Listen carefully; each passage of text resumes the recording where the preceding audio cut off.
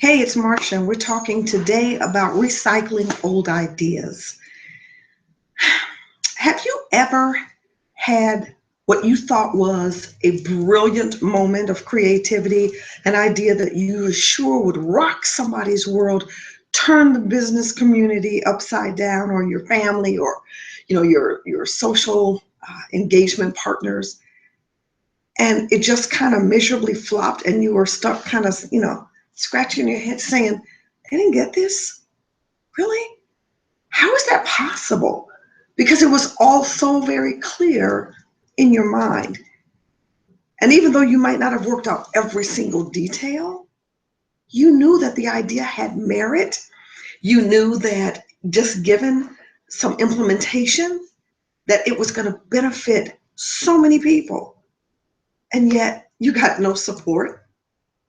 Well, I want to tell you a little story today about that very thing, and and use that story to encourage you not to give up on your ideas. When we think about, recycling, there's a big movement on with being eco-friendly and whatnot, and we all have our little blue tubs and our little green tubs and, brown tubs, so we have paper and plastic and glassware and whatnot. Well, you should have a very similar system, maybe not with, buckets or tubs, but a file, certainly, for the ideas that have not taken off the ground. Because I'm here to tell you, it's all about timing. Sometimes you can be ahead of the crowd, ahead of the curve. And while that has merit, especially in business, you want to always be cutting edge. Sometimes, as a friend of mine used to say, you have to back the train up to where people are, and then you can take them around. Recently, I had the opportunity to meet and listen to Randi Zuckerberg. Now, that name might sound familiar, and if it does, it should, because her little brother, Mark, created one of the biggest social media platforms we have, Facebook. And Randi, who was involved heavily in the early days of Facebook, actually has now left and has her own publishing company and media relations firm. But she talked about how they would have these kind of not growth hacking, just idea spurts, marathon spurts after hours. And they couldn't do anything that was directly related to the function they had for the business when Facebook was getting off the ground. But she had what she thought was a great idea, but it just wasn't time. And when she introduced it, I think maybe she had one person reach out to her and say, "Oh, I can use this," but it didn't really go anywhere. Well, fast forward that now 10 plus years. I think she said 12, but I know it was over 10 years ago, when they were just in a very small room. They had moved out of the dorm room, obviously. But the point is, that idea, because she never let it completely die, that idea is now one of the biggest benefits, biggest perks, one of the newest, latest, and greatest kind of flash things that we implement on Facebook.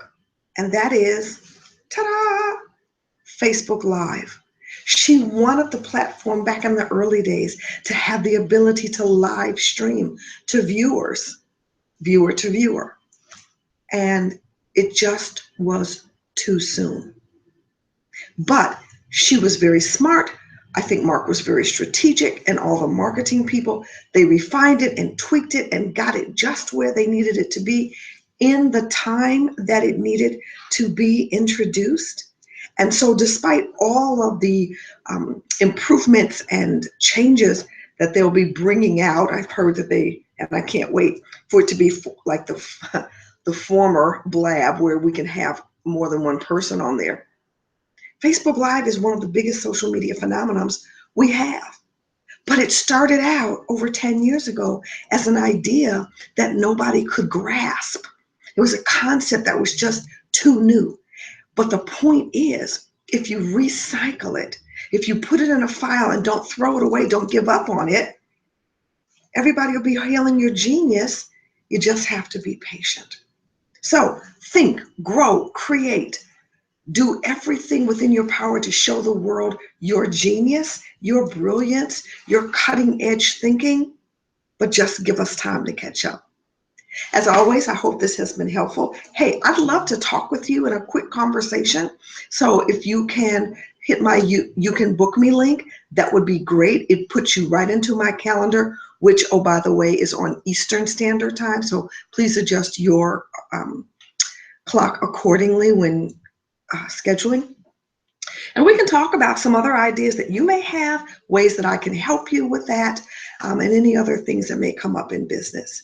And as always, I wish you, in signing off, productivity, profitability, and abundant blessings. Thanks so much for watching, and go dig some stuff out of the recycling bin. Bye.